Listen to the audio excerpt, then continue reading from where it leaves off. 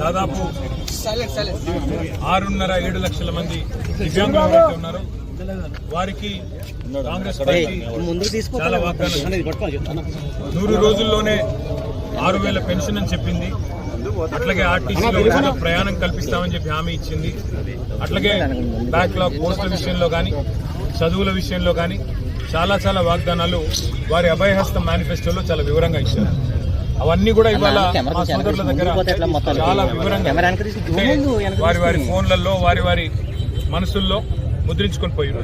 ఇవాళ నిజానికి శారీరకంగా తెల్లారి లేస్తే అవస్థలు పడే దివ్యాంగులు వారు కోరుతున్నది ప్రత్యేకంగా కొత్తగా ఏమీ లేదు.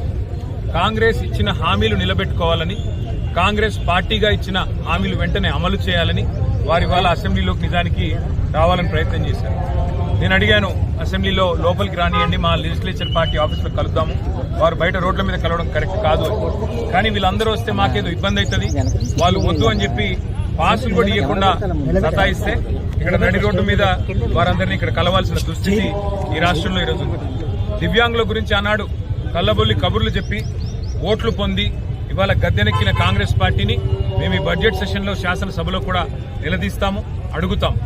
6,000 పెన్షన్ ఎందుకు ఇంకా ఇవ్వట్లేదు? పక్క రాష్ట్రంలో 6,000 పెన్షన్ ఇస్తున్నారు. మరి మీరు గద్దెనెక్కిన 3వ బడ్జెట్ ఇది, అంటే 60% సమయం అయిపోయిన తర్వాత కూడా ఎందుకు ఇంకా డబ్బులు కేటాయించట్లేదు? నిలదీస్తాము.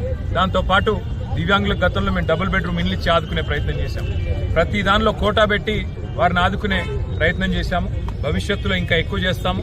కానీ ఈరోజు ఈ ప్రభుత్వాన్ని మాత్రం వారికి ఇచ్చిన హామీలు, ముఖ్యంగా దివ్యాంగ సోదరులకు సోదరీమణులకు ఇచ్చిన హామీలు అమలు చేసేదాకా వదిలిపెట్టం. రేపు ఇందిరా పార్క్ దగ్గర కూడా వారు రిలే నిరాహార దీక్షలకు పిలుపునిచ్చారు. దానికి కూడా మా మద్దతు ఉంటుంది.